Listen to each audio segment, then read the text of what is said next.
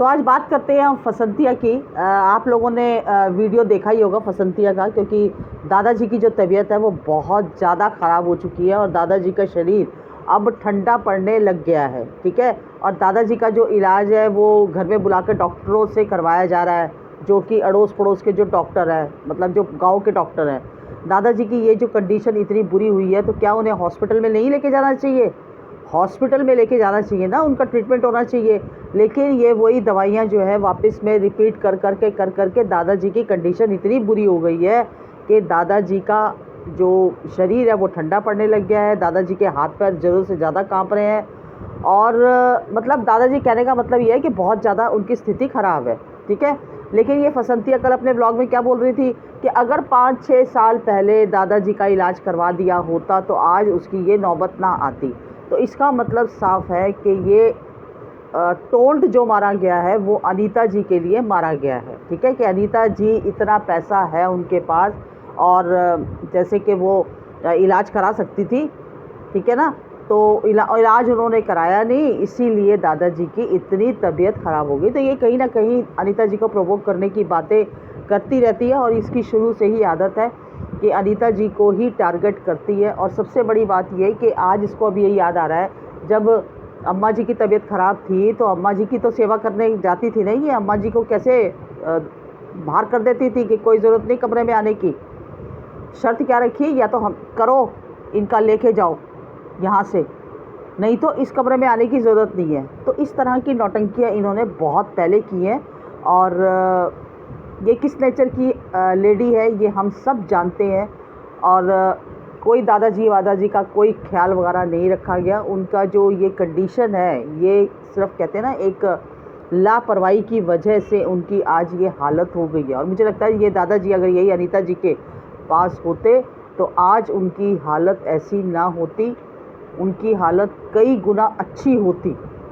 ठीक है, लेकिन अफसोस ना तो दादाजी चाहते हैं अनीता जी के पास जाना, यानी कि लाला जी के पास जाना, और ना ही ये चाहती है। और इसकी आदत शुरू से ही ऐसी है कि घर के अंदर लड़ाई झगड़े करने, घर के अंदर फूट डलवाना।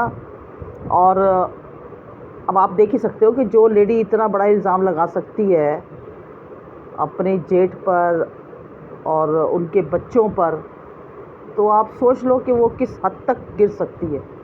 ठीक है, तो बस यही है, आजकल इसको अपनी कोलाई बनवानी थी, वो कोलाई बनवा ली, भाई से कमरे में प्लस्तर लगवाना था वो लगवा लिया। और सब्सक्राइबर तो आजकल वैसे भी कितने मेहरबान हो रहे हैं। ठीक है ना, पैसा भी भेजते हैं, दुनिया भर के गिफ्ट भी भेजते हैं। और जो पैसा मिला था इनको अपने हस्बैंड की डेथ का, वो भी इन्होंने अंटी में दबा लिया अपना। ठीक है, और आज तक पता नहीं चला कि इनके जो हस्बैंड है यानी कि दीपक जी, उनकी मौत कैसे हुई थी। आज तक ये रहस्यमयी बात है। ठीक है, और ये बातें जो है ना वो पता है सारी अनीता जी को, लेकिन अनीता जी कभी भी अपने मुँह से नहीं बोलती है। और अनीता जी ने भी कोई अपडेट नहीं दिया, जो केस चल रहा है उसके बारे में भी कोई जिक्र नहीं किया कि केस कहाँ तक पहुँचा, क्या सेटलमेंट हुई, क्या नहीं हुई। और मुझे लगता है कि केस की जानकारी थोड़ी बहुत अनीता जी को देनी चाहिए, लेकिन वही बात है ना, ज़रा सी बात करते ही फिर कंट्रोवर्सी स्टार्ट हो जाएगी। तो इसीलिए मुझे लगता है कि अनीता जी हमेशा कंट्रोवर्सी से डरती हैं, दूर रहती हैं, और ये बात भी अपनी जगह पर अच्छी है। बाकी ये जो लेडीज़ है ये बहुत ज़्यादा घर तोड़ू लेडी है और घर बिगाड़ने वाली लेडी है। और कुछ नहीं है, ये सिर्फ दिखावा है। दादाजी के लिए जो भी किया जा रहा है वो सिर्फ़ और सिर्फ एक दिखावा है। कोई दादाजी का ख्याल नहीं रखा जाता, कोई उनका सही इलाज नहीं हो रहा, और कोई उनको जो कहते हैं ना कि जिस एज के अंदर उनकी केयर होनी चाहिए वो कुछ भी नहीं हो रही। इसको सिर्फ अपना ब्लॉग बनाने से मतलब है, अपनी कोलाई ठीक करने से मतलब है, अपने कमरों में प्लास्टर ये जो क्या है सीमेंट वगैरह वो लगवाने से मतलब है, और कुछ नहीं।